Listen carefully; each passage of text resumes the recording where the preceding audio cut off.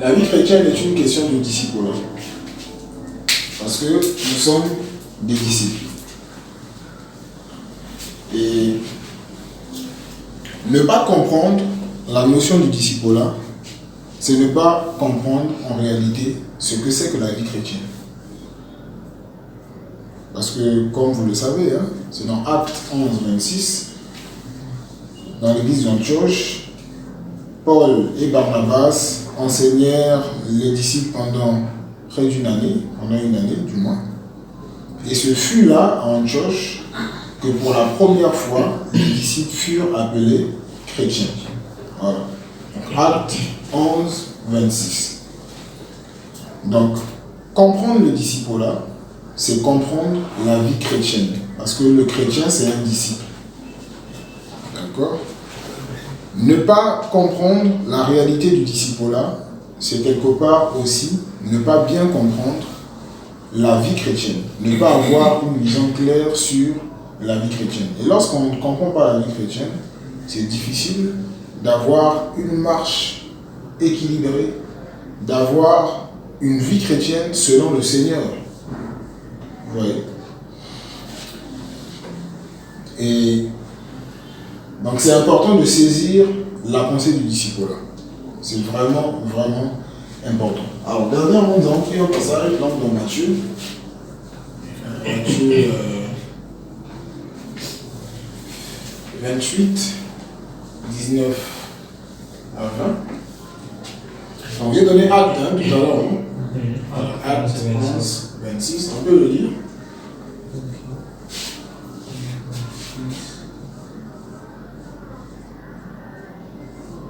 Acte chapitre 11, le verset 26. Acte 11, 26. Et l'ayant trouvé, il le conduisit à Antioche. Et il arriva qu'ils se réunirent pendant toute une année avec l'assemblée et qu'ils enseignèrent une foule assez nombreuse. Et c'est à Antioche que pour la première fois, les disciples reçurent le nom de chrétiens. Voilà. Donc, qui parle de disciples là, parle de vie chrétienne. Voilà. Donc, qui parle de disciples là, parle de vie chrétienne. Ok. Alors, avant d'aller un peu dans Matthieu 28, donc on a vu, on s'est un petit rappel pour vous, hein, que lorsqu'on parle de disciples, donc dans le grec mathetes,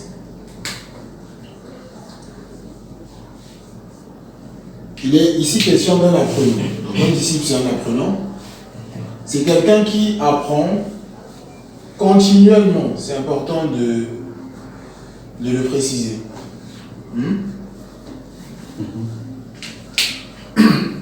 C'est un apprenant, c'est un étudiant. C'est quelqu'un qui suit un maître. C'est quelqu'un qui a décidé volontairement d'épouser une vision. Donc la vision d'un maître. Et pour nous, qui sommes les disciples de Jésus, mais la vision que nous avons épousée, c'est la vision de Jésus, bien évidemment, notre maître. La vision de Yeshua.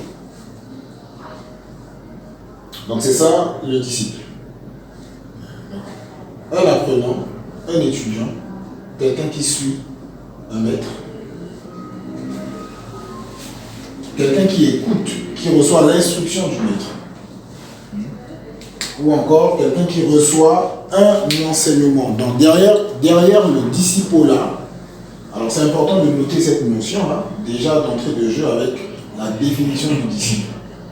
On retrouve une notion très forte, celle de suivre l'enseignement du maître. D'accord? Voilà. Donc le disciple, il fait quoi? Donc, il suit un enseignement. Il suit l'enseignement du maître. Suivre l'enseignement.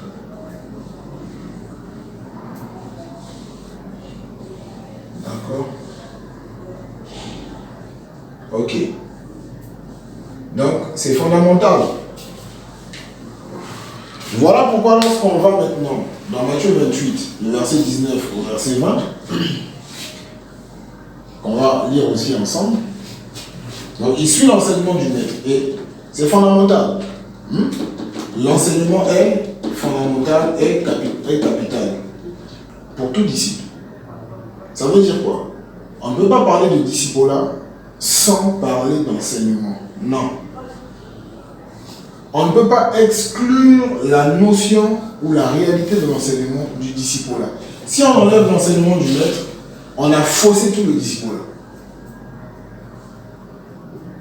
Vous voyez? Si on exclut l'enseignement, on rate quelque chose par rapport au disciple. Parce que le disciple, c'est un apprenant. Il apprend quoi? Des enseignements liés à la vie du maître. On est d'accord? C'est un étudiant. Quand on parle d'études, on ne peut pas dissocier l'étude de l'enseignement. Vous voyez? Et il suit un enseignement, donc l'enseignement du maître. D'accord? Donc il parle de discipulat ou discipola, parle de l'enseignement qui est au centre de la vie d'un individu qui a décidé de suivre un maître. D'accord? C'est très important de comprendre ce principe. Le disciple, l'enseignement, le maître. D'accord? Alors donc maintenant, Matthieu 28, 19 à 20, on dit quoi?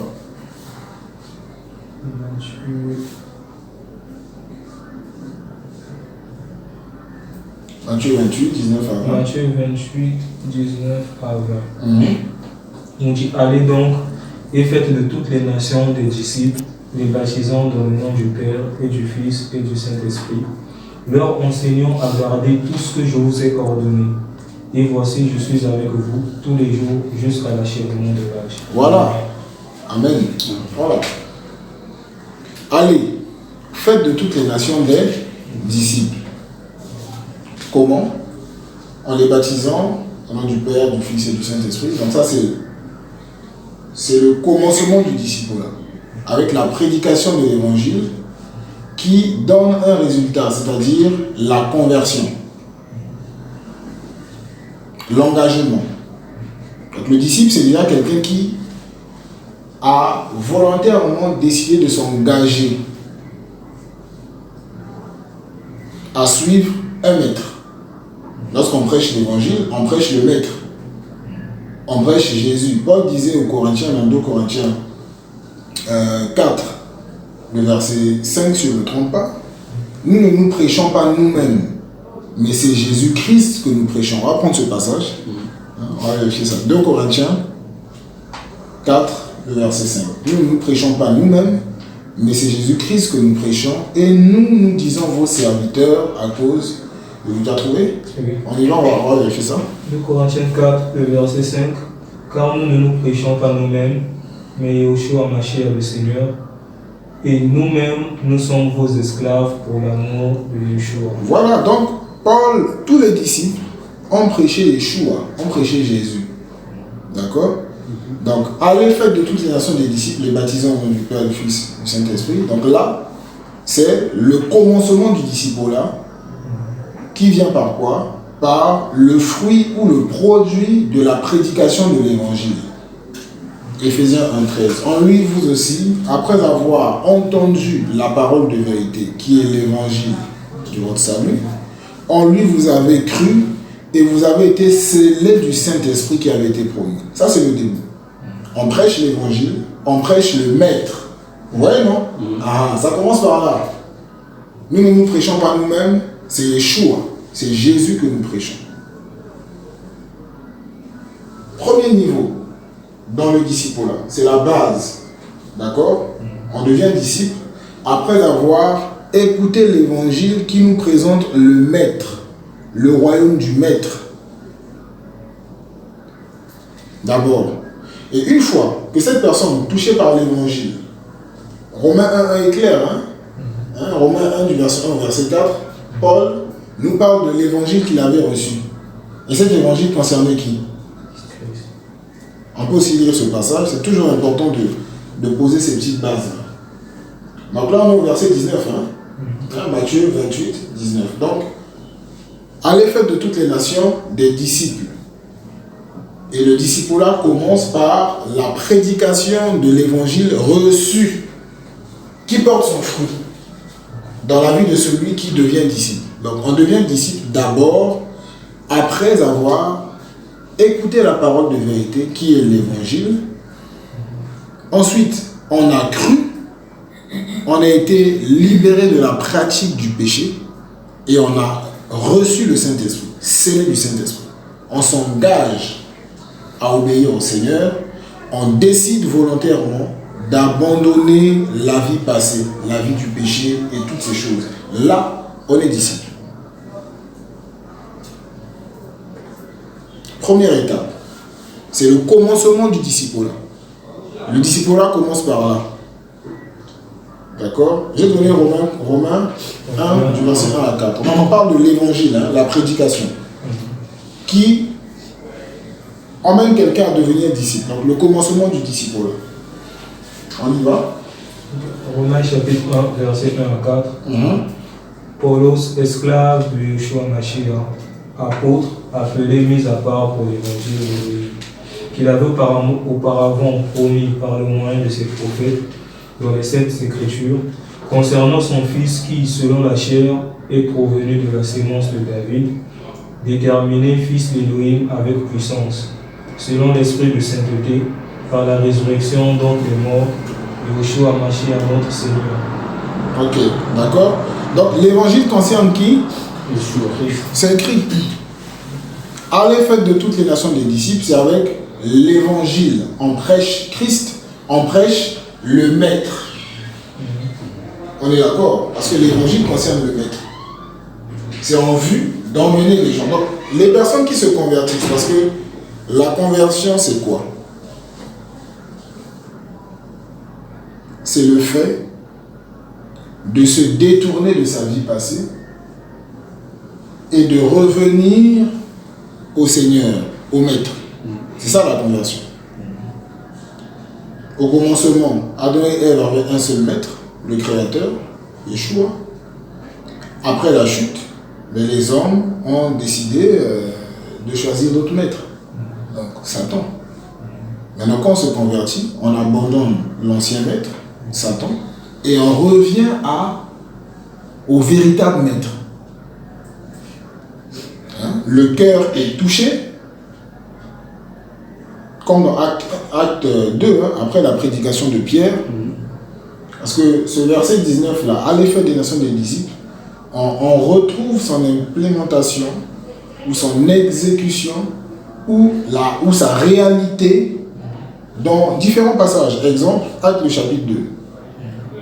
Pierre prêche au verset 37, si je ne me trompe pas, on nous dit que ceux qui écoutèrent la parole eurent le cœur vivement touché. Voilà. Et précisément au verset 41, on nous dit que ces derniers se firent baptiser. Hein? Acte 2, verset 41. Donc, on prêche l'évangile. Pierre prêcha le maître. Quand on lit le contenu de la prédication de Pierre, c'était le maître. Il n'a pas prêché autre chose. Il a prêché le maître. Il n'a pas prêché l'argent, il n'a pas prêché le matériel, il n'a pas prêché une église, mais il a prêché le maître. Et sur la base de la prédication qui était centrée sur le maître, ces derniers eurent le cœur vivement touché et ils se repentirent. C'est-à-dire, ils changèrent d'avis. Ils ont réalisé que non, Satan, c'est pas un bon maître. On va choisir Jésus comme notre maître. C'est ça la conversion. On va décider de suivre Jésus. On va décider de suivre son enseignement. Apparemment, il y a quelque chose de bien. On décide volontairement de marcher dans les voies de Jésus. Et ils se firent baptiser. C'est la première étape. Paul arrive à Corinthe, dans Actes, le chapitre 18. Il prêche l'évangile. Et la Bible nous dit que plusieurs parmi les Corinthiens crurent. Et dans une vision, le Seigneur va encourager Paul pour dire: parle, car j'ai un peuple nombreux, autant pour moi, dans cette ville.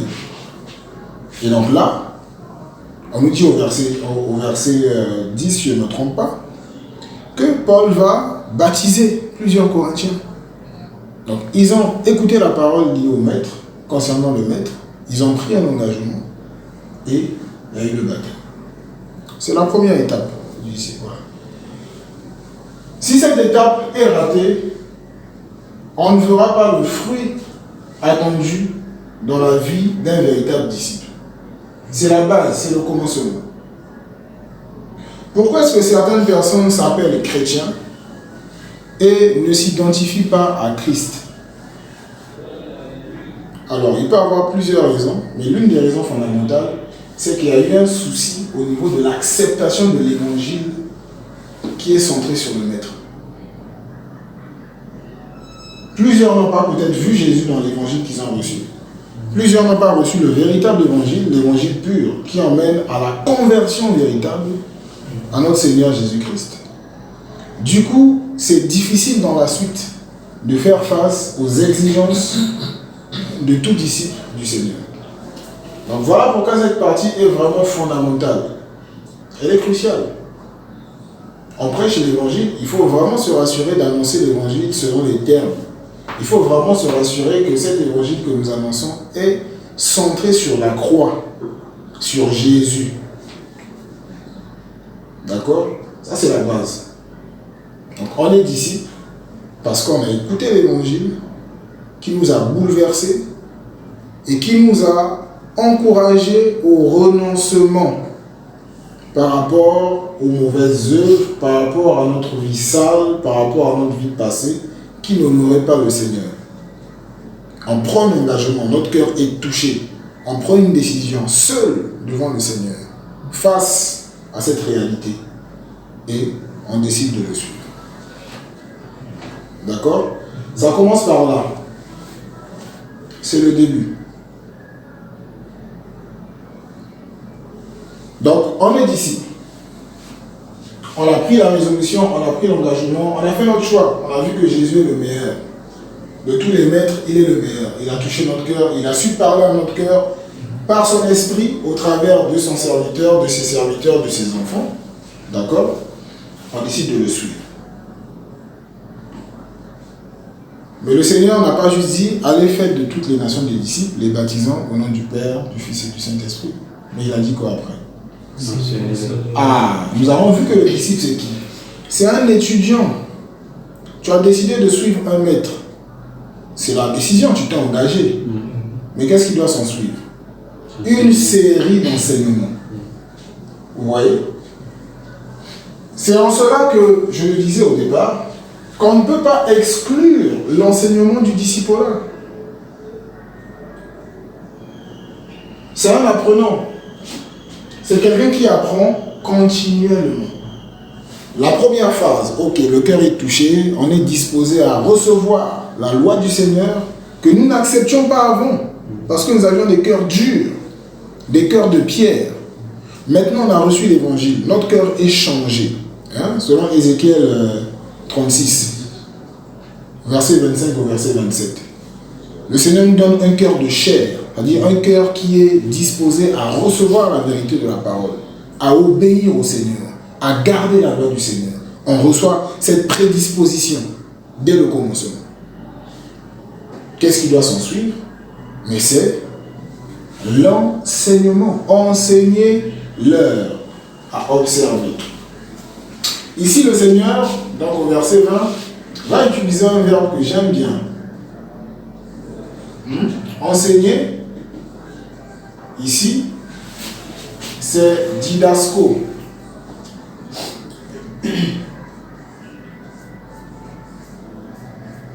D'accord? C'est didasco. Enseigner-leur à observer. Didasco, qui signifie donner une instruction,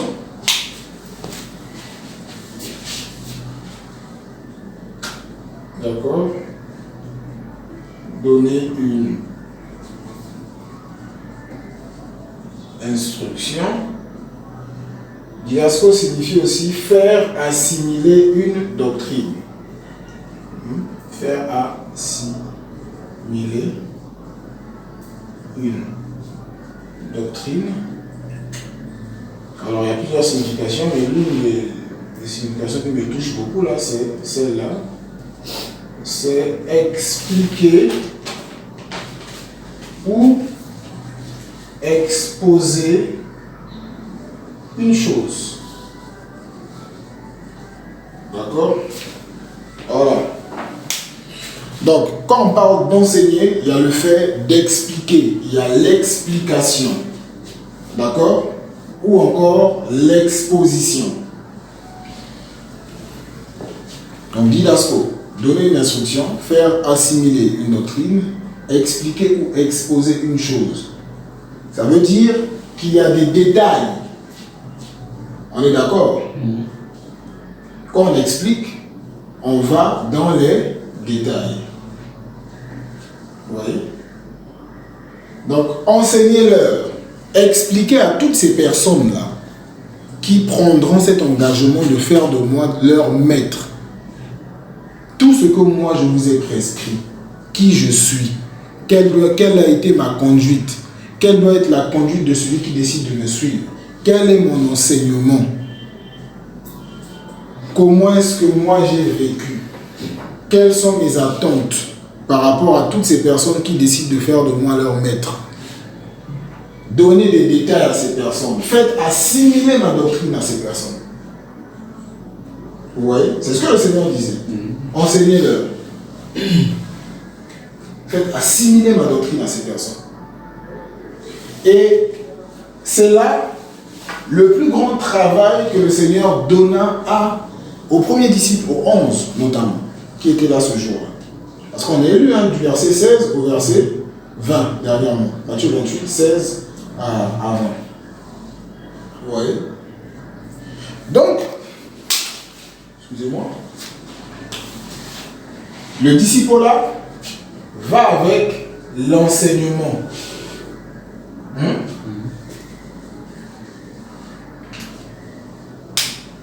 Alors, c'est à ce niveau qu'on retrouve un grand problème dans l'église de notre génération, pratiquement, globalement.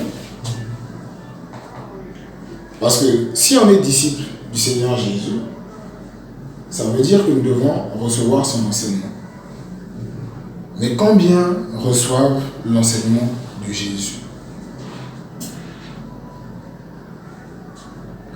Sans cela, qu'une vie chrétienne dépourvue d'enseignement, ce n'est pas vraiment une vie chrétienne. Ce n'est pas vraiment le disciple-là. La notion du disciple-là met l'accent sur l'enseignement. Vous voyez? C'est ça. Donc, les gens sont gagnés. Alors, le grand travail, c'est maintenant d'enseigner ces personnes, d'expliquer ces personnes. Et bien évidemment, parce que l'enseignement a pour objectif de communiquer un caractère, de communiquer une vie. Hein? Vous le savez, non? Proverbe 22, le verset 6. Instruis l'enfant à l'entrée de sa voie, ou selon la voie qu'il doit suivre. Et quand il sera plus grand, il ne s'en détournera pas. Vous voyez? La voie là, c'est grec. Ça parle du caractère moral. Donc, l'enseignement a la vertu de communiquer un caractère, un comportement, une conduite, une vie aux personnes qui reçoivent l'enseignement. Ouais. Voilà pourquoi c'est très délicat ici et c'est très important. Pourquoi? Voici la vision du disciple. Le disciple en Christ, hein? D'accord, dans le Seigneur. Dans Luc 6, le verset 40, que nous allons lire.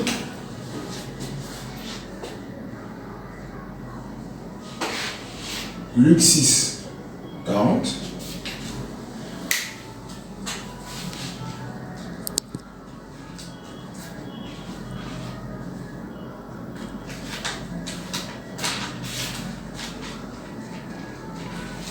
Luc chapitre 6, le verset 40.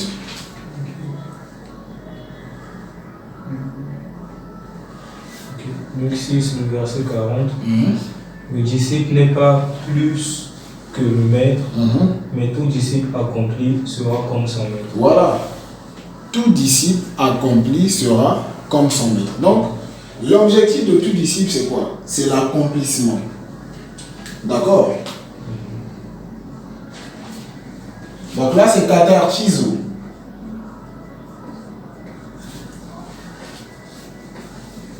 Katartizo. Accomplir.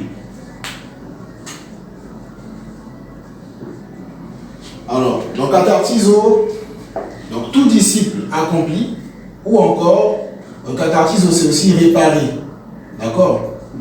Réparer, perfectionner. Perfectionner. Voilà, katartizo en grec. Perfectionner. Donc, tout disciple accompli, en d'autres termes, tout disciple réparé, ou encore tout disciple perfectionné. Il y a d'autres versions qui parlent même du fait d'être bien formé. Vous voyez? Donc, tout disciple accompli, ou encore tout disciple réparé, ou encore tout disciple perfectionné, ou encore tout disciple bien formé.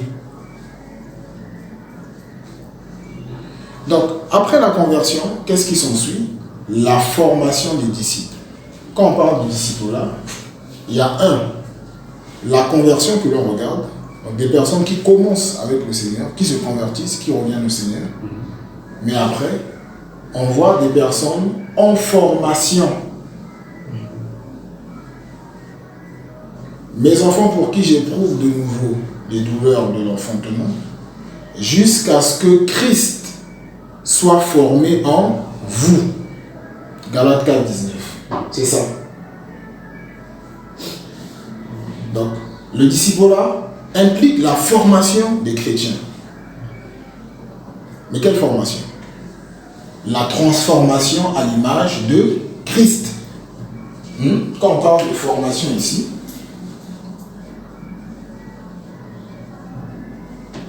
c'est égal à quoi? La transformation à l'image de Christ. Voici la vision du disciple. Être transformé à l'image de Christ. Ressembler à Jésus. D'accord? Donc, tout disciple accompli, tout disciple réparé, tout disciple perfectionné. Qu'est-ce que le Seigneur dit? Enseignez-leur à observer ce que je vous ai prescrit. Pourquoi est-ce qu'il faut impérativement l'enseignement dans le disciple? C'est parce que ces personnes, comme nous, qui ont décidé de suivre le Seigneur, de s'engager dans les voies du Seigneur, de devenir disciples de Jésus, c'est-à-dire faire de Jésus leur maître, sont des personnes imparfaites, remplies de manquements, remplies de défauts. De ce fait, il faut une réparation. Vous voyez? Il faut ajuster, il faut réparer, il faut perfectionner. Mais ça touche au caractère, ça touche au cœur. Voilà pourquoi je dis que l'enseignement vise le caractère. Vient nous communiquer le caractère de Jésus. Vous voyez? Vient nous ouvrir les yeux sur notre caractère qui n'est pas saint, qui n'est pas pur, et nous présenter le modèle en termes de caractère, celui de Jésus. Pour nous emmener à faire quoi? À vivre la transformation à l'image de Christ. C'est ça, l'accomplissement, la réparation ou le perfectionnement. Katartizo. Vous voyez? Ça, c'est pas d'abord l'exhortation qui peut le faire. C'est pas le show des prêches qui va le faire. Non. C'est d'abord quoi? L'instruction, l'enseignement, la doctrine. Derrière l'instruction dont il est question dans Matthieu 28, quand le Seigneur dit enseignez-leur à observer tout ce que je vous ai prescrit, on retrouve quoi? on retrouve ce que l'apôtre Paul a appelé le conseil d'Élohim ou le conseil du Seigneur. D'accord? Voilà. C'est le disciple-là, les frères. Nous sommes dedans, nous sommes dessus. On va aller pas à pas. On va bien expliquer les petites notions là. Voilà. Et donc nous sommes dans Actes des apôtres.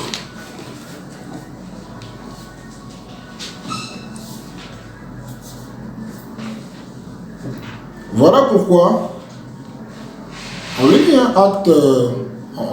Donc on va revenir sur Acte 20 tout à l'heure là. Mais avant de dire Acte 20, on va prendre au moins 2 passages d'abord. Enseignez-leur à observer tout ce que je vous ai prescrit. On est d'accord? Derrière l'enseignement, on vise quoi? Le caractère, c'est-à-dire la transformation de notre caractère, de notre vie, à l'image de Christ. D'accord? Donc, quand on parle de formation de disciples, il est question d'accomplissement, de réparation, de perfectionnement. Ou du fait de bien former, d'être bien formé. D'accord? Et derrière la formation, là, comme j'ai dit, Galates 4, 19, la formation de Christ en nous. Jusqu'à ce que Christ soit formé en nous. Ok. Maintenant, on va voir l'application de ce modèle. Déjà dans Acte 2, 42, quelqu'un va prendre Acte 2, 42, une autre personne va prendre Acte 18, le verset 11. D'abord Acte 2, 42, ensuite Acte 18, le verset 11, et quelqu'un d'autre prendra Acte 19, le verset, à partir du verset 8. Donc on commence par Acte 2, 42. Acte 2, 42. Et ils persévéraient tous dans la doctrine des apôtres, dans la communion fraternelle, dans la fraction du pain et dans les prières. Ok. Vous voyez? Donc, lis un peu le verset 41. Verset 41. Oui. Ceux qui acceptèrent sa parole avec joie furent en effet baptisés. Et environ 3000 âmes furent ajoutées ce jour-là. Vous voyez? Donc, Pierre prêche l'évangile dans Acte 2. Les gens ont les cœurs vivement touchés, s'engagent à suivre le Seigneur. Et après, à quoi? Il y a le baptême. Matthieu 28, le verset 19. Juste après, à quoi? Au verset 42, ils persévéraient dans l'enseignement des apôtres. Ils persévéraient. Donc, il y a le facteur temps qui intervient ici. Qui parle de persévérance, parle d'endurance. Qui parle d'endurance, parle de la détermination dans le temps. Vous voyez? C'est ça. Voici la base de leurs disciples. Ils se sont convertis automatiquement. Enseignement. C'est écrit. Les apôtres veillaient là-dessus. Pourquoi? Parce qu'ils savaient qu'en faisant cela, ils contribuaient à quoi? À l'accomplissement de ces derniers, par rapport au plan du Seigneur lié à leur vie, à la réparation de ces derniers. Parce qu'il y a des dégâts liés au péché, on a appris beaucoup de choses, on a été blessé, notre caractère était affecté, il faut réparer. Ils savaient que l'enseignement était réparateur. Vous voyez? Il fallait perfectionner. Ils visaient la transformation à l'image du Seigneur. Les apôtres le savaient. Le Seigneur a dit, enseignez-leur, expliquez, allez dans les détails. Vous voyez? Pas de tabou. Soyez clairs sur certains faits. Comment vivre une vie chrétienne? Comment prier? Soyez clairs, soyez explicites. Parce que derrière l'explication et l'exposition, on emmène les gens à quoi? À une meilleure compréhension, afin d'appliquer. Parce que tu appliques ce que tu comprends. Si tu ne comprends pas, comment tu peux appliquer? Vous voyez? Voilà. Donc c'est ce que le Seigneur vise. Alors, maintenant, on va prendre aussi dans Acte 18, le verset 11. Acte 18, le verset 11. Il s'établit là 1 an et 6 mois, enseignant parmi eux la parole d'Élohim. Voilà. Donc, Pareil, hein, les âmes ont été touchées à Corinthe, dans la ville de Corinthe, à 18. Je vois. Ils furent baptisés. Et qu'est-ce qui va se passer? Pendant 1 année et 6 mois, on dit quoi là-bas? Pendant il s'établit là 1 an et 6 mois, enseignant parmi eux la parole de Dieu. Enseignant, pendant quoi? Pendant 1 année et 6 mois. Enseignant parmi eux la parole, c'est ça. Paul savait que l'enseignement a un impact particulier dans la vie du disciple. Parce que le disciple, c'est quelqu'un qui suit le maître, hein, qui suit un enseignement, qui suit l'enseignement du maître. Vous voyez? Donc pendant 1 année et 6 mois, les frères, il enseignait constamment, régulièrement. Et on va prendre Acte 19, à partir du verset 8. Acte 19, à partir du verset 8. Mais étant entré dans la synagogue, il parla avec assurance pendant 3 mois, discourant et les persuadant en ce qui concerne le royaume d'Élohim. Ensuite, vas-y. Mais comme quelques-uns s'endurcissaient et étaient rebelles, parlant mal de la voix devant la multitude, il s'éloigna d'eux, sépara les disciples, discourant chaque jour dans l'école d'un certain Tyrannos. Et cela se fit durant 2 ans, de sorte que tous ceux qui habitaient l'Asie, juifs et grecs, entendirent la parole du Seigneur Yeshua. Voilà. Paul va séparer les autres des disciples et il va enseigner dans cette école d'un certain nommé Tyrannus pendant combien de temps? Pendant 2 ans. Pendant 2 ans. Vous imaginez, chaque jour. Vous voyez? Qu'est-ce qu'il enseignait? C'est ça, les disciples là. L'enseignement est au centre. Ça veut dire quoi? Quand quelqu'un donne sa vie à Jésus, quand des personnes se convertissent, se donnent au Seigneur, un accent particulier doit être mis sur l'enseignement, c'est-à-dire l'explication ou l'exposition du conseil du Seigneur. Et je disais tout à l'heure que l'enseignement dont il est question là, hein, l'évangile, la doctrine là, c'est ce que Paul a aussi appelé le conseil d'Élohim, le conseil du Seigneur. Et nous sommes dans Acte 20, verset 27.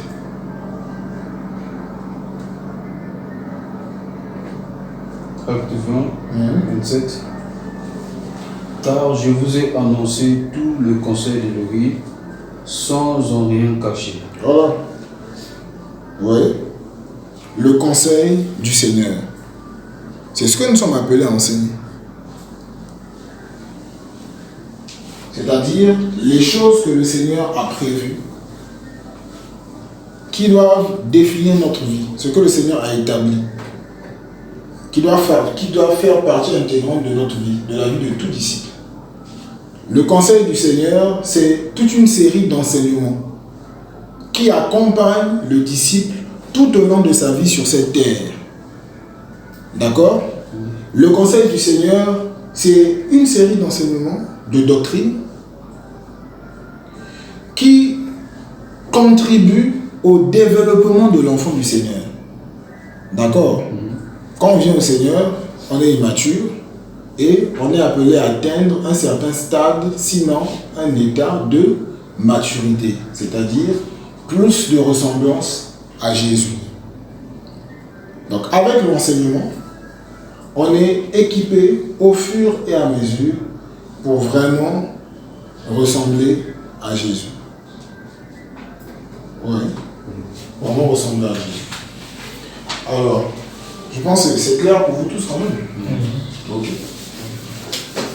Donc, voilà pourquoi l'accent doit être mis sur l'enseignement. Et je précise ici que l'enseignement dont il est question doit être à la fois théorique, mais surtout pratique. Théorique et pratique. C'est-à-dire, oui, l'enseignement est donné de façon didactique, comme ce que je fais en ce moment. C'est vrai. Quand le Seigneur disait enseignez-leur, expliquez mon conseil, exposez mon conseil, de manière didactique, mais surtout par vos vies ou par votre vie. Voilà.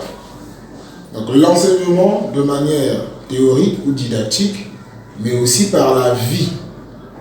Ou si vous voulez, par le modèle. Voilà. Donc il y a la partie théorique ou didactique.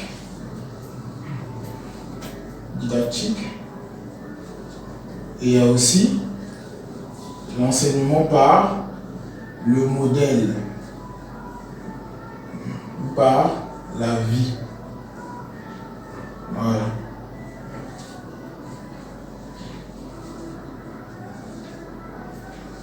Et c'est ce que le Seigneur a fait. On est d'accord que le Seigneur a donné des enseignements à ses disciples juste par sa vie, non? On est d'accord? Oui. Voilà. Les disciples voyaient comment le Seigneur priait. Ils sont venus vers lui, enseigne-nous à prier. Explique-nous un peu là, parce qu'on t'a vu. Il y avait des enseignements qui étaient donnés de manière didactique, mais aussi et surtout pratique. Et il a dit, hein, enseignez-leur à observer quoi? Ce que moi je vous ai prescrit. Vous m'avez vu faire des choses. Vous m'avez vu me comporter d'une certaine manière. C'est le modèle que je vous ai donné. Enseignez ça aux autres. Je vous ai enseigné un certain nombre de choses. J'ai dit un certain nombre de choses. C'est vrai que le Seigneur avait précisé que j'ai beaucoup de choses à vous dire, mais pour l'instant, vous ne pouvez pas le supporter. Parce que le Seigneur a annoncé le conseil du Père, mais pas dans sa totalité. Parce que l'Esprit n'était pas encore là. On est d'accord? Maintenant, avec la venue de l'Esprit, ils ont reçu beaucoup d'autres éclairages encore liés à tout ce que le Seigneur leur avait déjà dit. C'est en cela qu'on voit l'apôtre Paul, par exemple dans Ephésiens 3, prendre son courage pour dire que c'est par révélation que j'ai reçu les choses que je vous partage. L'évangile que j'annonce, je n'ai pas reçu d'un homme, mais par Jésus-Christ directement. Vous voyez? Voilà. Donc c'est venu compléter tout ce que le Seigneur avait déjà annoncé. Et le Seigneur avait dit, j'ai encore beaucoup de choses à vous dire, mais pour l'instant, vous ne pouvez pas le supporter. Donc, la théorie et la vie. On veut faire des disciples, on veut bâtir des vies, on veut que les gens soient transformés à l'image de Christ, ou nous-mêmes, mais il faut tenir compte de ces deux aspects liés à l'enseignement. La théorie, oui, mais aussi, et je dirais surtout, la vie ou le modèle, c'est-à-dire la pratique. La pratique. Vous voyez? Pourquoi? Parce qu'un enseignant, selon le Seigneur, quand on prend un passage que j'aime beaucoup, dans Esdras 7, le verset 10, on nous dit quoi d'Esdras? On va voir ça ensemble. On nous dit quoi concernant Esdras?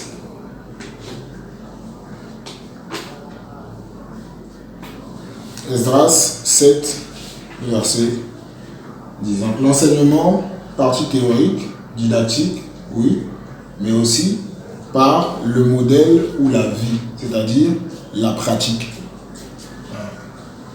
La pratique. Donc les deux ensemble font l'enseignement. D'accord? Font l'enseignement. Alors, Esdras 7, le verset 10. Esdras 7, le verset 10. Car Esdras avait disposé son cœur à étudier la Torah de Yahweh, à l'observer et à enseigner les lois et les ordonnances parmi le peuple d'Israël. Voilà, ça c'est un enseignant. On dit qu'il avait d'abord disposé son cœur à étudier la loi du Seigneur. Donc un enseignant, c'est quelqu'un qui a un cœur rempli d'un seul désir, celui de découvrir le Maître, découvrir le Seigneur au travers de l'étude biblique, au travers d'une communion, de la communication avec le Saint-Esprit. Oui, c'est ça l'enseignement. Pour son âme d'abord. Ensuite, quand il découvre les différents conseils du Seigneur, les différentes prescriptions du Seigneur, dans l'intimité, le Seigneur dit fais ci, fais ça. Quand il étudie les Écritures, le Seigneur dit il faut se comporter comme ci, il ne faut pas faire ça. Il fait quoi après? Il observe. En d'autres termes, il pratique. Donc, il a étudié, il a recherché le Seigneur, il a rencontré le Seigneur, il a découvert le Seigneur. Ensuite, il fait quoi? Il vit le Seigneur, il expérimente le Seigneur. Et troisièmement, il partage ce qu'il sait du Seigneur. Donc, il y aura quoi? La théorie, c'est vrai, mais il y aura aussi la vie, parce qu'au préalable, il a non seulement touché le Seigneur, vu le Seigneur, mais il a expérimenté, il a observé. Ouais. Voilà pourquoi dans le discipulat, l'accent est mis sur l'enseignement, mais aussi sur la qualité des enseignants. Vous voyez? Oui. La vie des enseignants. La vie des enseignants. À l'époque de Paul, de Pierre, là, c'est pas n'importe qui pouvait se lever et dire je suis apôtre. Hein. Vous le savez? Avant que Pierre, Jacques et Jean donnent la main d'association à l'apôtre Paul pour reconnaître son apostolat, il a fallu que Paul aille là-bas, expose l'évangile qu'il prêchait. Il connaissait le témoignage de Paul. Paul leur a dit tout ce que le Seigneur faisait au travers de ses mains. Mais après combien d'années? Plus de 10 ans, 17 ans après, ils ont validé son service. Aujourd'hui, n'importe qui se convertit, crée une chaîne YouTube, s'autoproclame pasteur parce qu'il est allé dans une école biblique et ça veut enseigner les gens. Et ça cause toutes sortes de dégâts. Vous voyez? Ça, c'est déjà par rapport aux différents services d'autorité. On ne reconnaissait pas les ministères comme ça. Non. La preuve en est. Même pour être diacre à l'époque, il fallait passer par une série d'épreuves. On dit, Paul disait dans 1 Timothée 3 à Timothée, qu'on les éprouve d'abord et ensuite on pourra les laisser exercer leur ministère. Vous êtes d'accord? Ok. Je vais plus loin. Regardez lorsque le Seigneur donna maintenant des critères pour la gestion d'une assemblée locale, des âmes converties données au Seigneur dans une assemblée locale. Parlons des dirigeants. Il va dire quoi? Que l'ancien doit être propre à l'enseignement. L'ancien doit avoir une certaine qualité de vie. C'est important. Tout ce temps que nous sommes, si on a encore le souvenir, hein, quand on s'est donné au Seigneur, il y avait ce désir pur de connaître le Seigneur, de lui obéir. On était disposé à cela. On est d'accord?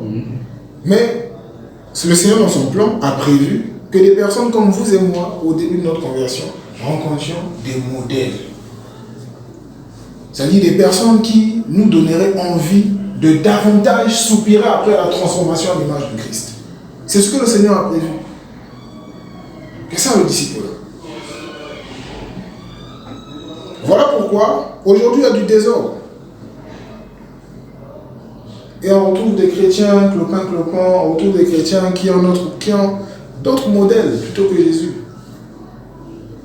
L'apôtre Paul a dit aux Philippiens,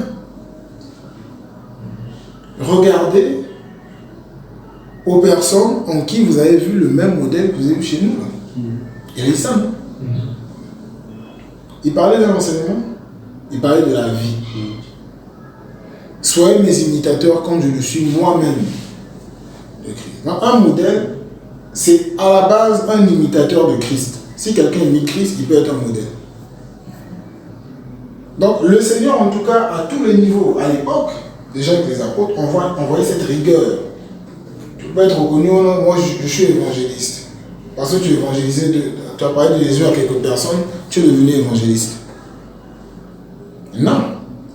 Un évangéliste, c'est d'abord un enseignant.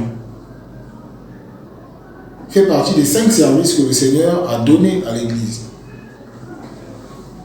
Et ce sont des personnes qui doivent être éprouvées sur le temps,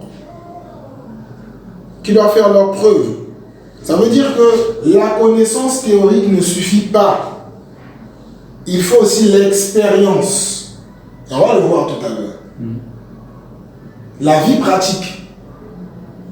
C'était comme ça. Pour valider un ministère à l'époque, il fallait ça. L'expérience. Apôtre, prophète, évangéliste, docteur, pasteur ou encore ancien. C'était des personnes qui passaient par toute une série d'épreuves par rapport au conseil du Seigneur. Et ceux qui sortaient de là, debout, sans reproche, c'est-à-dire aimant le Seigneur et pratiquant ce que le Seigneur recommandait. Oui, au bout d'un moment, avec la connaissance théorique qu'elles avaient, plus l'expérience, pouvaient aider les frères et sœurs. C'est ça l'objectif. Les gens viennent au Seigneur, ne connaissent pas des choses. Parce que quand on vient au Seigneur, on est d'abord ignorant. On va le voir tout à l'heure, vous le savez déjà. On va le voir un peu ce processus-là. On parle de l'enseignement qui nous accompagne, qui doit nous accompagner. Donc, il y a l'ignorance. Maintenant, on veut découvrir le Seigneur. Il est comment Jésus? Comment faire pour de plus en plus ressembler à Jésus?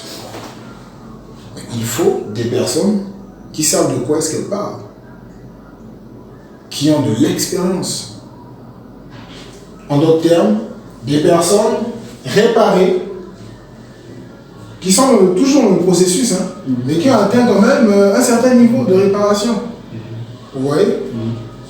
Des personnes qui ont l'expérience de la parole de justice. Voilà pourquoi est-ce que dans Hébreux 5, la Bible nous parle des hommes faits. On est d'accord? Un homme, des personnes qui ont un certain niveau de maturité. Et on nous dit qu'un homme fait c'est qui? C'est quelqu'un qui a l'expérience de la parole de justice. Vous voyez? Voilà. La sanctification, le pardon, la repentance sont des personnes qui ont une expérience dans ça. On t'a fait du mal, tu pardonnes. Devant le péché, tu es ferme. Devant la corruption, tu es ferme. Malgré le découragement, tu persévères dans ta vie de prière. Tu es stable. Quand certaines pensées viennent, tu discernes que ça, là, ça vient du Seigneur, ça vient pas du Seigneur. Pourquoi? Parce que tu as l'expérience de la parole de justice. Vous voyez? Donc, c'est ça. Donc, pour vivre un discipulat selon le Seigneur, il faut revenir à la source. Il faut revenir à ces différents principes. C'est comme ça que Pierre, Paul, les premiers disciples ont fonctionné. Et ça a donné le résultat que ça a donné. Parce que, en réalité, le plan du Seigneur, c'est l'homme. D'accord? Et le plan du Seigneur pour l'homme vise deux objectifs majeurs. Le premier, c'est la conversion de l'homme. Le second, c'est la transformation de cet homme converti à l'image de Christ. C'est tout. Vous voyez? Donc, quand on vient au Seigneur, on doit de plus en plus manifester la vie de Christ. De plus en plus nous rapprocher du royaume. C'est ça l'objectif. Alors, donc l'enseignement doit être au rendez-vous. Et l'enseignant, c'est-à-dire la qualité, sa vie, l'aîné, l'enseignant, doit aussi respecter les différents critères. Donc, la théorie et le modèle. Les deux ensemble apportent un très bon résultat. Sinon, on aura affaire aux pharisiens. Le Seigneur Jésus disait quoi sur les pharisiens dans Matthieu 23? Les pharisiens sont assis sur la chair de Moïse. Faites ce qu'ils disent, n'est-ce pas? Mais ne faites pas ce qu'ils font. Pourquoi? Car ils disent et ne font pas. Vous voyez? Ils avaient la connaissance, mais ils n'avaient pas l'expérience de la Torah. C'est deux choses différentes. Parler d'une chose et vivre la chose, ça fait deux. Vous voyez?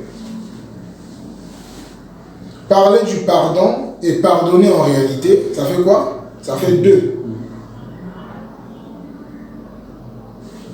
Parler de la sanctification et se sanctifier en réalité, ça fait deux. Mais lorsque les deux sont mis ensemble et que la personne transmet cela, ça apporte quelque chose de particulier. Et c'est comme ça. Quand le Seigneur a prévu mettre sur pied le projet de l'Église, le projet du discipolat, il regardait les choses il a prévu que les choses se fassent de cette manière. Un apôtre, ça ne peut pas être non. Tu as 3 ans de conversion, tu es apôtre. Tu as quelle expérience? Parce que tu prophétises, tu es prophète, avec une petite connaissance. Ça va dans tous les sens. Maintenant, il y a la confusion. Les nouveaux convertis viennent. Quand ils lisent leur Bible, ils voient que bon, les aînés là, ils avaient une certaine qualité de vie. Mais on voit des personnes, oui, qui manifestent des grâces de l'esprit, mais qui ont un comportement bizarre. Ça apporte la confusion. Vous voyez? Ça apporte la confusion. Des personnes se disent aînées, mais qui se comportent très mal. On dit, ah, ça me fait penser au monde. Confusion.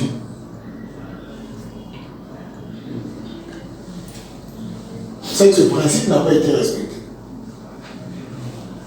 Quand on respecte le principe du discipolat, on ne devient pas aîné, ou on ne se déclare pas aîné, ou on ne positionne pas quelqu'un comme étant un aîné sur la base des talents ou des dons spirituels. Non. Mais c'est sur la base de la vie du Seigneur qui se manifeste au travers de la personne. C'est différent? Oui. Pourquoi? Parce que ce que nous visons, c'est la transformation à l'image de Christ. Bon. Est-ce que quelqu'un qui a le baccalauréat peut aller enseigner à l'université? Non. On est d'accord, non? Pourquoi? Il n'a jamais fait l'université. Il va dire quoi à ces personnes? Même s'il a tous les ailes possibles. Hein? Bon, est-ce que quelqu'un qui a le BPC peut aller enseigner au lycée? Non. Vous voyez? Bon, si dans le monde séculier, il y a ces différents principes, vous pensez que dans le Seigneur, ces principes ne seront pas là? On ne donne que ce que l'on a. Si tu n'as pas une expérience, tu ne peux pas la partager. Sinon, tu vas inventer des choses où tu vas faire le perroquet. Vous voyez? Voilà. Donc, c'est très important. Alors, les bien-aimés, le discipolat, l'enseignement, qui nous accompagne, qui nous suit. Cet enseignement, ou le conseil du Seigneur dont nous avons parlé, est apporté progressivement et de différentes manières. D'accord? Il est apporté progressivement et de différentes manières.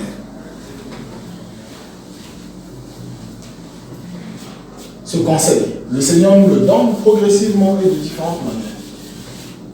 Selon nos sensibilités, selon notre niveau de croissance.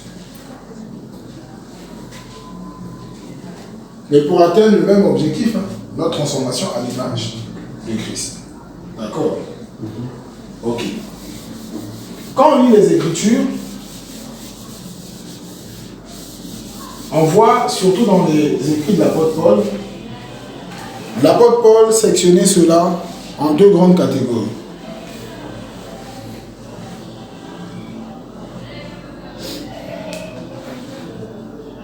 D'accord? Il parle notamment du lait et il parle aussi de la nourriture solide. Ok.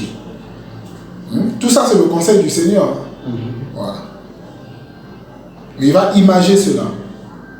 Parce que ce conseil est comme de la nourriture pour nous, qui a pour objectif de renforcer nos capacités et surtout d'assurer quoi? Notre développement ou encore notre croissance. D'accord? Voilà. La transformation à l'image de Christ. Le fait de grandir en Christ. Grandir dans le comportement de Christ. Grandir dans la vie de Christ. Donc il va sectionner ça en 2 grandes catégories. Il va dire qu'il y a le lait, mais il y a aussi la nourriture solide. Vous voyez? On va revenir là-dessus tout à l'heure. Donc, ce conseil nous est donné sous 2 grandes formes, sectionnées en 2, mais de différentes manières. Le Seigneur passe par son esprit, déjà. Ça, c'est l'une des manières pour nous enseigner. On est d'accord? Une des manières. Il passe par son esprit pour nous enseigner. Ok, ça c'est un. Le Seigneur, toujours en passant par son esprit, mais indirectement par son esprit, suscite aussi des hommes. C'est-à-dire des personnes qui ont été là avant nous et qui ont vécu un certain nombre de choses avant nous, afin de nous partager leur expérience par le Saint-Esprit. D'accord? Donc il nous donne son conseil par les hommes aussi.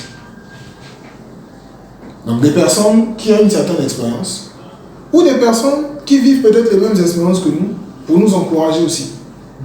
Vous voyez? Donc, au travers des hommes là, on voit des aînés dans la foi, c'est vrai, mais aussi des frères qui ne sont pas forcément des aînés, mais qui ont une certaine vie avec le Seigneur et qui peuvent nous encourager, apporter un plus dans ce processus de transformation à l'image de Christ. Oui. À l'image de Christ.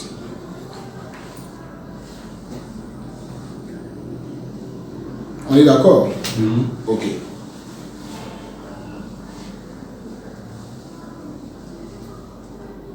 Et troisièmement, la manière dont le Seigneur nous forme, il produit en nous le vouloir et le faire, c'est-à-dire une soif, afin que le disciple lui-même s'implique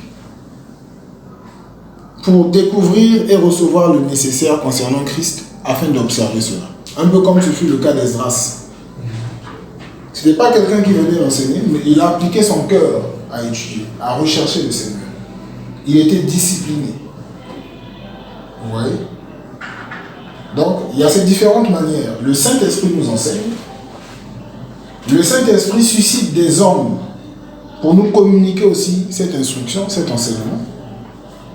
Et le Saint-Esprit produit en nous aussi le vouloir et le faire, dans le fait de soupirer après lui, de rechercher le Seigneur, de faire des études, des investigations dans la prière, dans l'étude de la parole, afin de découvrir le Seigneur et observer tout ce que nous avons reçu à l'issue de cette découverte pour davantage nous rapprocher de la ressemblance à Christ. Ce sont les différentes manières. On est d'accord. Et j'ai dit tout à l'heure que donc le conseil du Seigneur, on voit dans les Écritures qu'il est sectionné en deux grandes parties. On est d'accord? Ok. On nous parle d'abord du lait.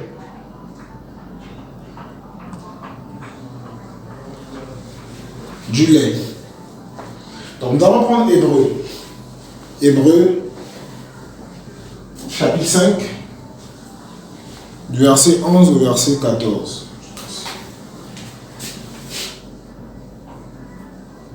Hébreu 5, 11 à 14. Jusque-là, ça va pour tout le monde. Les choses sont un peu plus claires encore, non? Voilà. Donc là, c'est vraiment la vision du disciple là qu'on veut véhiculer. On va aller tout doucement, pas à pas. Voilà. Je vais peut-être planter le décor pour le prochain partage. Comme ça, on va moins se limiter là. On va aller beaucoup plus en profondeur encore sur certains aspects. Alors, oui. Hébreux 5, 11 à 14. Sur ce sujet, nous avons un grand discours et difficile à expliquer parce que vous êtes devenus paresseux d'oreilles. Car vous qui devriez aussi être des docteurs en raison du temps, vous avez encore besoin qu'on vous enseigne les premiers rudiments des oracles d'Élohim. Et vous êtes devenus tels que vous avez encore besoin de lait et non de nourriture solide. Car quiconque participe au lait est inexpérimenté dans la parole de la justice, car il est un enfant. Mais la nourriture solide est pour les hommes parfaits, pour ceux qui, par l'habitude, ont la faculté de perception exercée à distinguer le bien et le mal. Amen. Ok. Alors, dans ce passage, autant pour moi, dans ce passage, l'auteur va parler de deux catégories de disciples, d'accord, et aussi de deux catégories de nourriture. Il va vraiment englober les choses. Hein. Donc, deux catégories de disciples et deux catégories de nourriture. Il va parler d'abord du disciple qui est encore un enfant.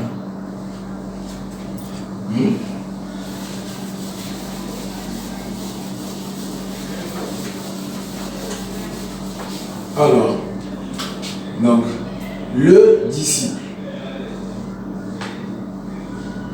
Donc, il parle d'abord de qui? De l'enfant. Ensuite, il parle de l'homme fait. D'accord? Ok. Il parle de l'enfant et il parle de l'homme fait. Ensuite, il parle du lait et il parle de la nourriture solide. Alors, donc là, on voit la progression dans le disciple-là. Donc, on est enfant, ensuite, homme fait. Dans l'homme fait, il y a différents niveaux aussi. Parce que n'oubliez pas que l'objectif, c'est Christ. Ressembler à Christ. Ok. Pareil, quand on parle du lait, c'est toujours c'est une infime partie du conseil du Seigneur. C'est une partie du conseil du Seigneur. D'accord? Et un jour solide aussi, c'est une grande partie du conseil du Seigneur. Beaucoup d'enseignements, n'est-ce pas, qui visent à transformer notre comportement à l'image de celui de Jésus. Donc, le disciple, comme on l'a vu, il s'engage, il reçoit l'évangile, il est touché. C'est un enfant, népios en grec, donc c'est un ignorant. C'est quelqu'un qui n'a pas encore un certain niveau de connaissance par rapport au maître, par rapport au royaume. On est d'accord? De ce fait, il a besoin de quoi? De quel type de nourriture? Du lait. C'est-à-dire que dans le conseil du Seigneur, il y a des fondamentaux. Il y a d'abord ce qui est élémentaire. Les rudiments.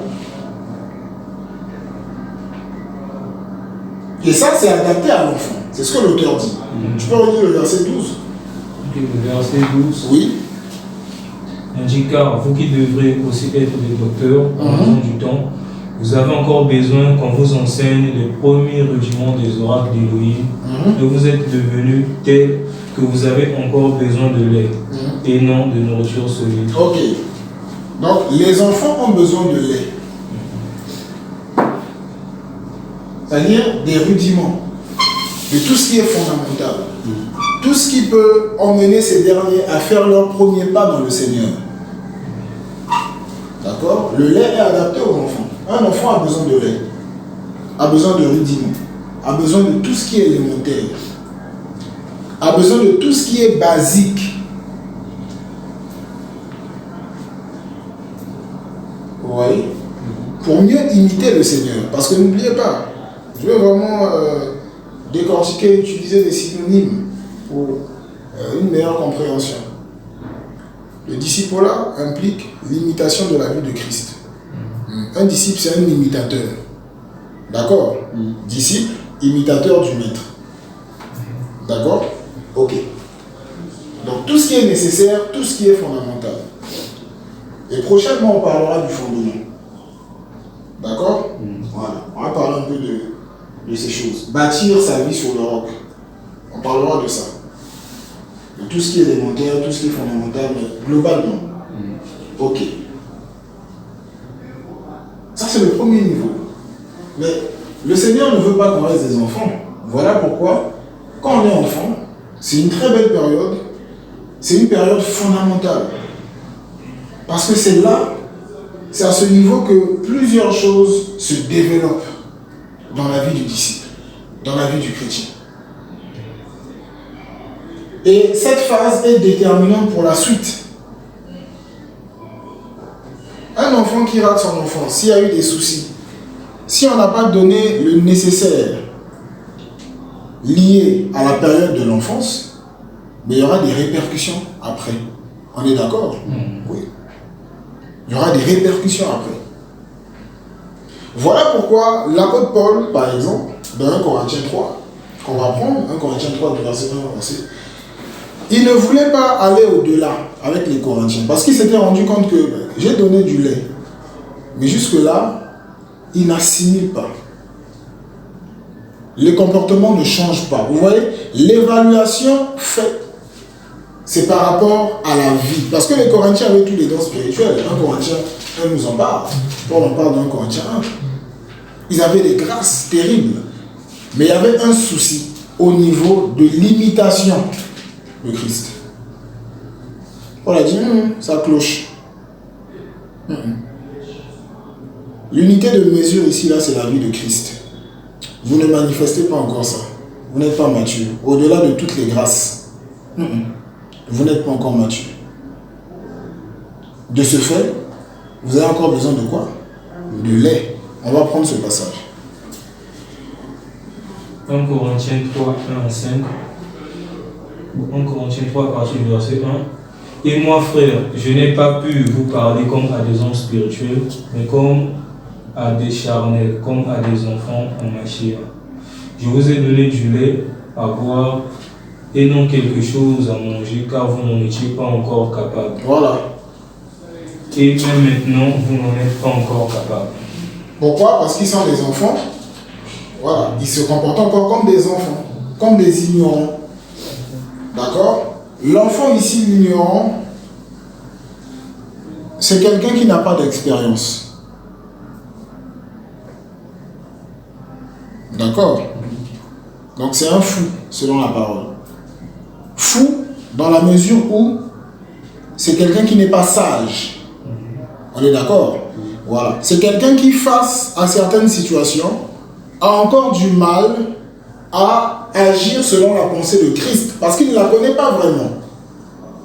Est-ce que vous voyez?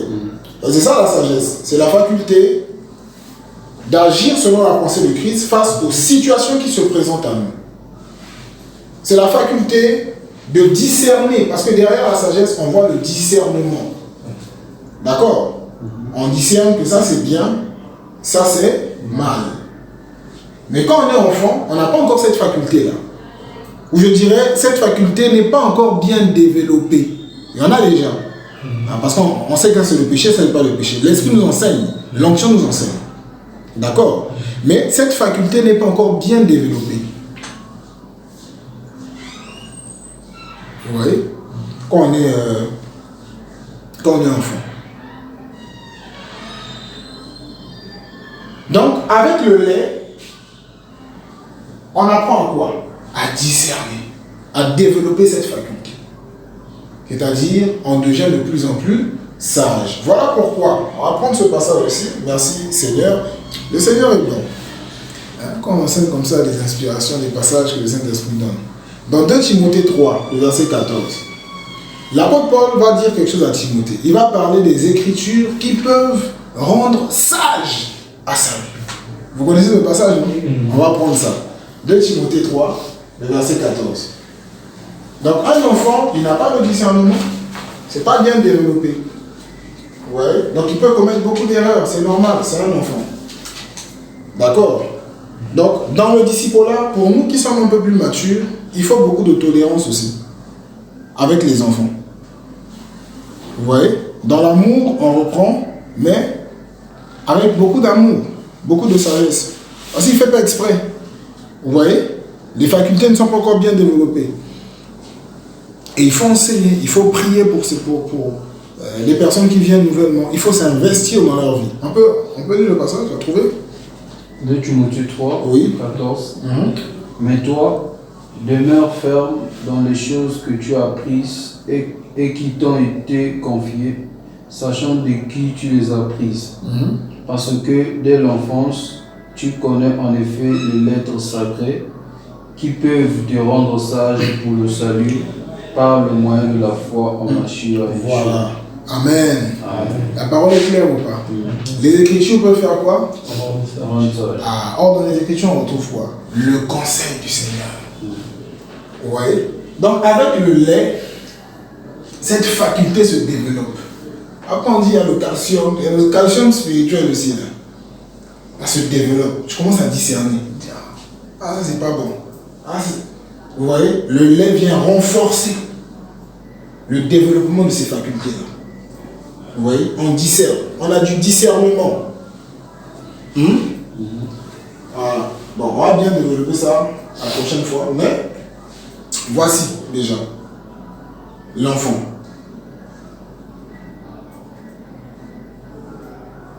Et avec la pensée, la vision du disciple-là, on n'est pas pressé. Regardez ce que c'est la vie chrétienne. On est enseigné, non? On dit l'enseignant doit être un modèle, tout ça. Ça, c'est la part de l'enseignant. Bon, maintenant, celui qui reçoit l'enseignement, il est content. Mais pour que cet enseignement soit validé, soit intégré dans sa vie, il y a ce qu'on appelle l'épreuve. Voilà pourquoi c'est pas parce qu'on a enseigné à 10 personnes beaucoup d'enseignements qu'on va dire que ces personnes ont assez reçu, ont compris, ont saisi l'enseignement. Non. Paul disait quoi? J'ai planté, Apollos a arrosé, mais Elohim m'a fait croître. Est-ce que celui qui plante et celui qui arrose peuvent déterminer la croissance? Non. Parce que ça revient au Seigneur. Vous voyez, non? Le Seigneur fait croître sur la base d'un certain nombre de principes. Aujourd'hui, on enseigne tout ça là. Tu reçois, tu écris, il y en a qui ont des cahiers, tout ça, c'est bien. Mais c'est pas parce qu'aujourd'hui tu as reçu un enseignement sur la prière que tu auras une grande vie de prière, forcément. Ce qui va valider la compréhension, l'intégration de cet enseignement dans ta vie, c'est l'épreuve. Oui. Les Corinthiens avaient reçu l'enseignement, ils avaient été éprouvés, mais ils ont échoué.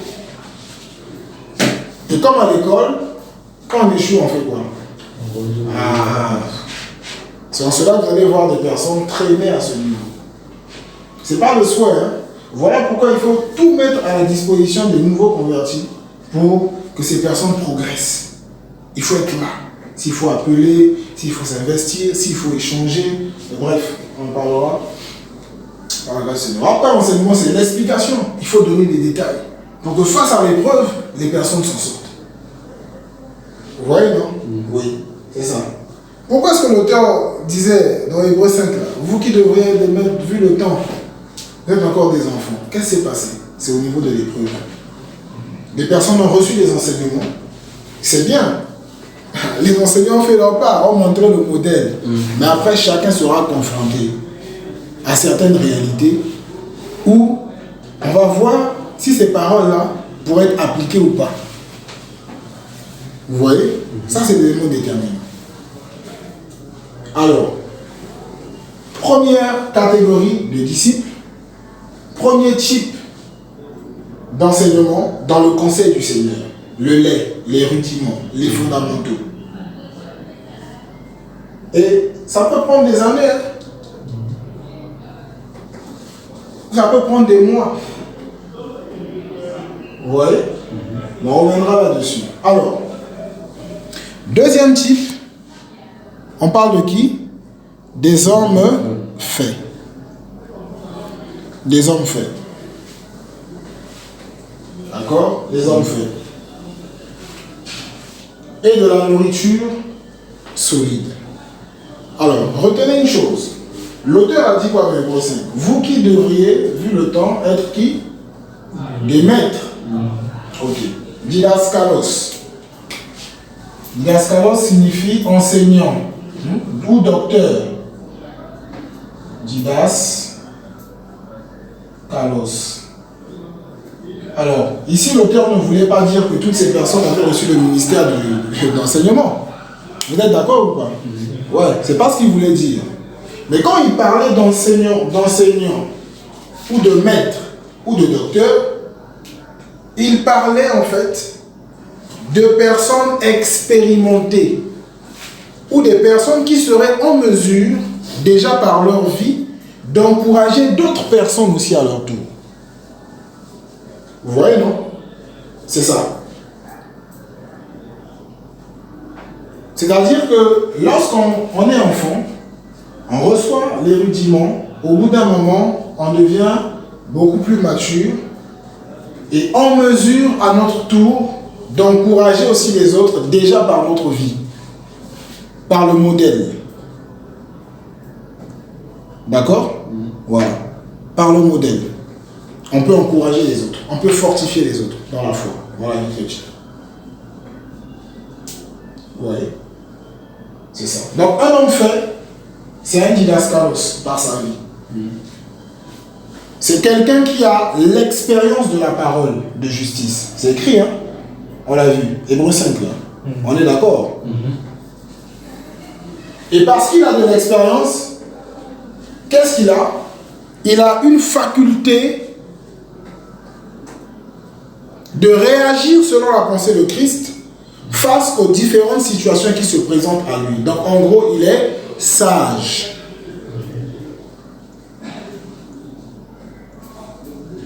D'accord? Voilà. Il est sage. Il a l'expérience de la parole. On va prendre un passage dans le psaume 19. On dit qu'il a l'expérience de la parole de justice. On est d'accord? Ok. Dans le psaume 19. Merci Seigneur pour ta parole. Merci Père.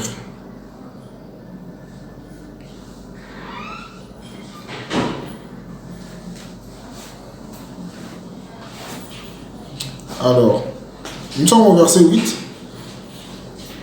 Psaume 19, le verset 8. On me dit quoi? Nous Psaume 19, le verset 8. La Torah de Yahweh est parfaite, elle restaure l'âme. 1. Oui, la suite. Le témoignage de Yahweh est fidèle, il donne la sagesse aux stupides. Ah. Un stupide, c'est un fou. C'est pas une insulte, hein? D'accord? Voilà. Quand on parle de stupide, de fou, c'est pour décrire en fait la jeunesse. Ouais. Le manque d'expérience. D'accord? Voilà, c'est dans ce sens-là. Donc on nous dit que la loi du Seigneur ou le témoignage du Seigneur fait quoi? Donne de la sagesse. Donne du discernement, en d'autres termes. Et on nous parle des hommes faits ici. Redis-nous ça un peu, David, s'il te plaît. À partir du verset 13. Hébreux 5, 13. On y va? Hébreux 5, 13. Mais la nourriture solide... Attends, tu peux reprendre Hébreux 5, Hébreux 5, 13. Oui. Car quiconque participe au lait est inexpérimenté dans la parole de la justice, car il est un enfant. Voilà, donc il n'a pas d'expérience. On est d'accord? Continue. Mais la nourriture solide est pour les hommes parfaits. Oui. Pour ceux qui, par l'habitude, ont la faculté de perception exercée à distinguer le bien et le mal. Voilà. Qu'est-ce qui donne ça? L'enseignement, la parole du Seigneur, que l'on reçoit avec l'épreuve. Quand on ressort de là, bien éprouvé, on a quoi? On a cette perception à discerner ce qui est bien et ce qui est mal. Vous voyez? Voilà. Deuxième catégorie. Et pour ces personnes, il faut quoi? Il faut de la nourriture solide. C'est-à-dire d'autres types d'enseignements pour accompagner ces personnes dans leur disciple-là. Ce qui fait que le suivi diffère. Le suivi d'un enfant dans le Seigneur est différent du suivi d'un homme fait. Voilà pourquoi la manière dont Paul approchait les Corinthiens qu'il estimait, qu'il considérait comme étant des enfants dans le Seigneur, différait de la manière dont Paul pouvait s'adresser à Timothée ou à Tite, qui étaient des hommes faits. Vous voyez? Voilà. Il y avait d'autres recommandations, il y avait d'autres conseils. Timothée, je t'encourage à ranimer la flamme du don que tu as reçu. Sois puissant dans la grâce. Les conseils n'étaient pas les mêmes. Chez les autres, on disait, écoutez, pardonnez-vous, réparez ci. Vous voyez? Mais Timothée, écoute, Timothée, ne réprimande pas rudement le vieillard, mais exhorte comme un père. Timothée, écoute, quand il faut gérer les cas des veuves, là, voici comment il faut se comporter. Timothée, il s'adressait à un homme faible, qui avait toujours besoin de suivi, besoin d'instruction pour davantage ressembler au Seigneur. D'ailleurs, l'apôtre Paul disait quoi à Timothée? Dans 1 Timothée 3, il disait à Timothée, je pense au verset 14 jusqu'au verset 15, je t'écris ces choses pour que si jamais je tarde, tu saches comment est-ce qu'il faut se comporter dans l'église. On est d'accord? Timothée, quel comportement tu dois avoir au sein du peuple du Seigneur en tant que serviteur du Seigneur? C'était aussi un autre type d'enseignement. C'était de la nourriture solide. Un enfant n'a pas besoin de ça. Vous voyez? Voilà. Timothée était un disciple. Et il continuait à recevoir le conseil du Père, le conseil du Maître. Il continuait à recevoir une série d'instructions relatives à la conduite du Seigneur. Vous voyez? Voilà. Donc, l'enseignement accompagne la vie du disciple.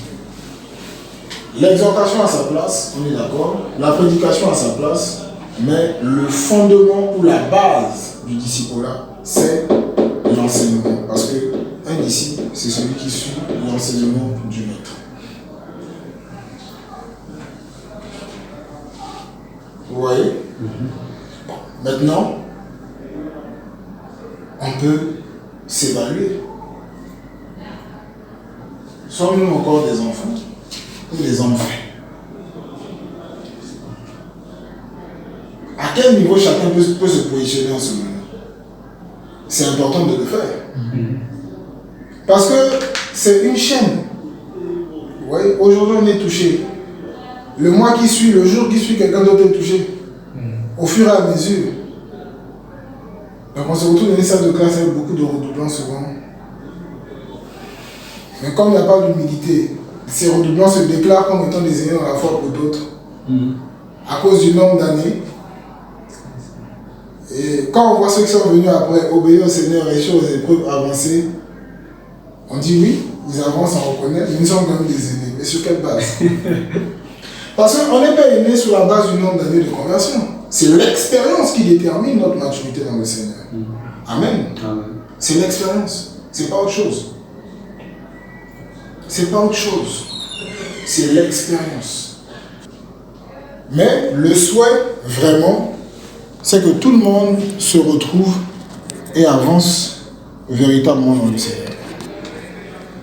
D'accord? Voilà, c'est vraiment ça le souhait. Que tout le monde... Alors, on verra ça, le fondement.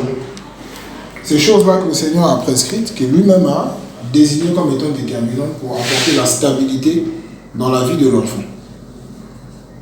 D'accord? Voilà. On va parler un peu de toutes ces choses-là. Et comment, concrètement, cette stabilité-là vient. Voilà. On a brossé un peu sous l'épreuve, non? Voilà, on va le voir. Comment est-ce que cette stabilité-là vient? Donc, avec les temps que nous aurons, c'est clair qu'on va revenir sur les fondamentaux, avant d'aller plus loin. C'est la base. Si on rate ça, on fera beaucoup de choses ici. Ça ne portera pas vraiment le fruit. Ça pourra vous embrouiller même, pour rien. Vous voyez? Voilà. On survolera sur certains points, mais c'est vraiment important. Parce que c'est la stabilité qui détermine la suite. Vous voyez? Donc on va parler de ces choses-là. Le lait, les rudiments qui peuvent apporter la stabilité à l'enfant. Vous voyez? Voilà. Et on va voir dans les Écritures, dans les évangiles notamment, quels sont les points que le Seigneur avait prescrits quand même aux disciples, qui sont considérés comme des fondements aussi. Vous voyez? Que lui-même a déclaré pouvant apporter la stabilité. Lorsque ces choses, bien évidemment, sont prises dans leur contexte.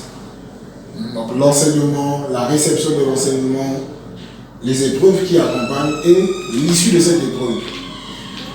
Vous voyez, non? On va parler un peu de ces choses-là prochainement. On va évoluer comme ça. Donc le grand thème, c'est le disciple.